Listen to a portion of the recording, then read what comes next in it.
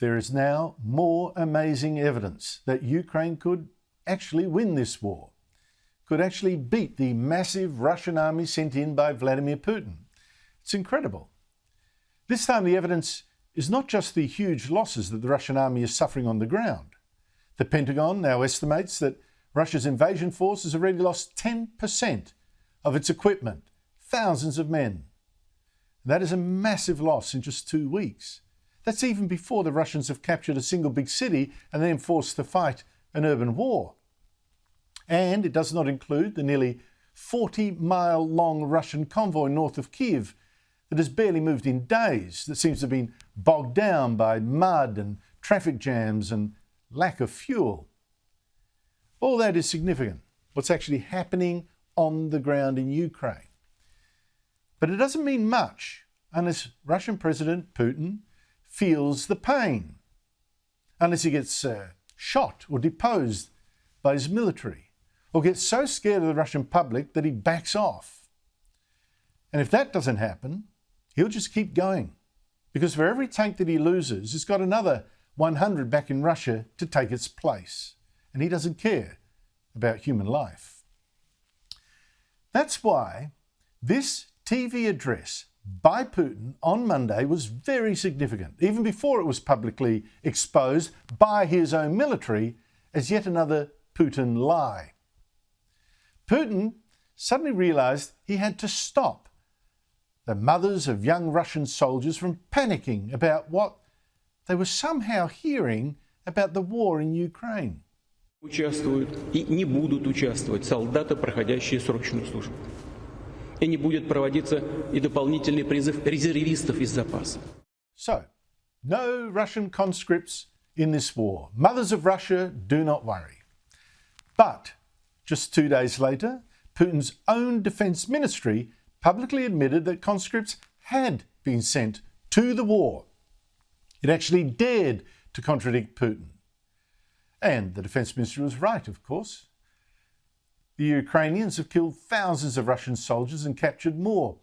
And it's true that many of those soldiers have been tank crews and crack airborne troops. But the Ukrainians have been surprised by how young and clueless some of the Russian prisoners of wars have been. But how did this news get back to Russia, that all this was going pear-shaped and that young recruits were being killed or captured? And enough of this news sneaking through to now panic the president into lying. How can that be when Putin has cracked down on the Russian media, has told them they can't even refer to the word war? He's banned independent outlets and has forced the state-run ones to run the Kremlin lies. Like, Ukraine being run by Nazis. В самом прямом смысле. Неонацисты ставят военную технику уже не просто рядом с жилыми домами, а там, где в подвалах... Well, it turns out, of course, that the Ukrainians have been brilliant at using social media, not just directed at the West, but also targeting Russia. And they've also got Russian prisoners to ring their mums. Судят, есть вариант меня обменять как военнопленного. Ты можешь помочь это сделать, если общественность подключится. And Russian troops who are still in the field, not captured, have also been recorded ringing home as well.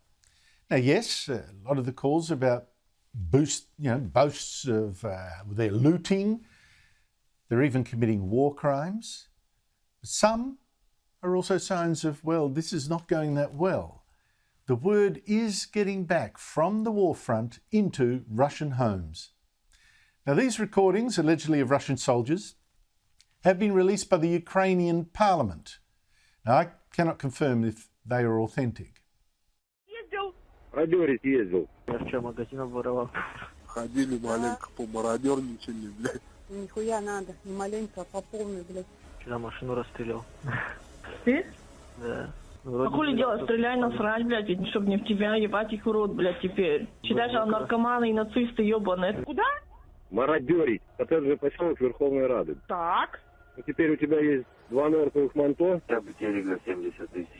Он большой? Да. А вам разрешат его вообще вести? Да. Почему вам это разрешают? потому что они сами это набрали. Вчера у нас вот тоже, просто какие-то 3 типа вышли прямо на нас. Мы их задержали, раздели догола, смотрели всю одежду. Ну и потом принимаете решение, отпускать их или нет, потому что если их отпустить, они могут наши позиции сдать. И тогда нас всех тут порешает артиллерия, всех.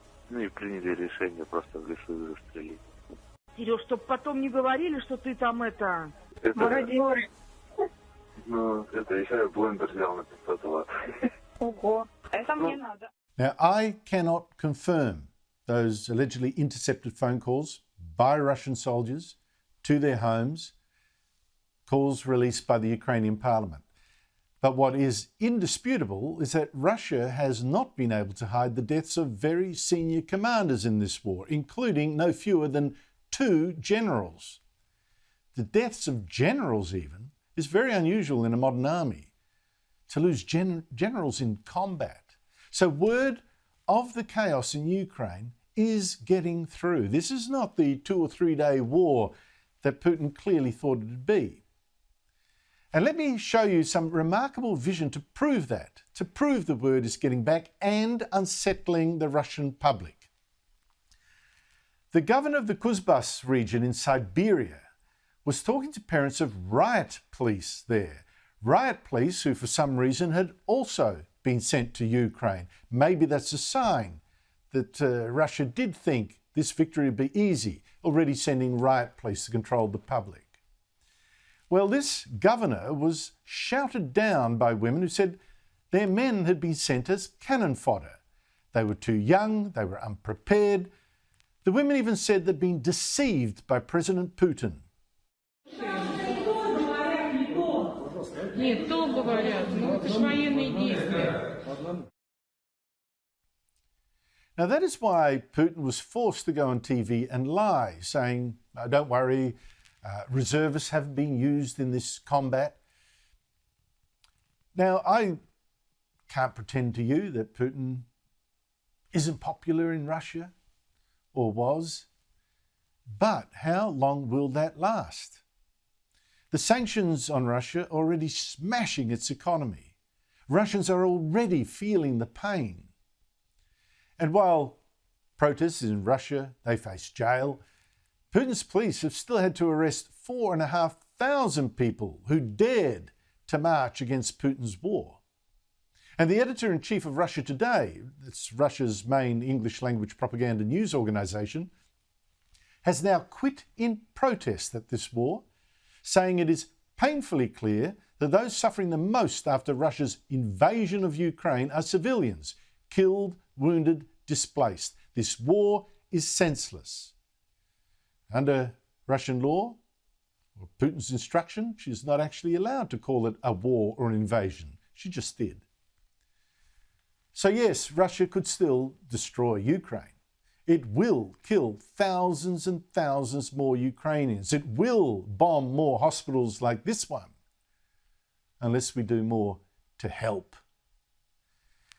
But I think US Secretary of State Anthony Blinken, he was right on Wednesday to say, I'm absolutely convinced that Putin will fail and Russia will suffer a strategic defeat no matter what short-term tactical gains it may make in Ukraine. All we need to do is to help Ukraine until Putin falls or fears for his job or his life.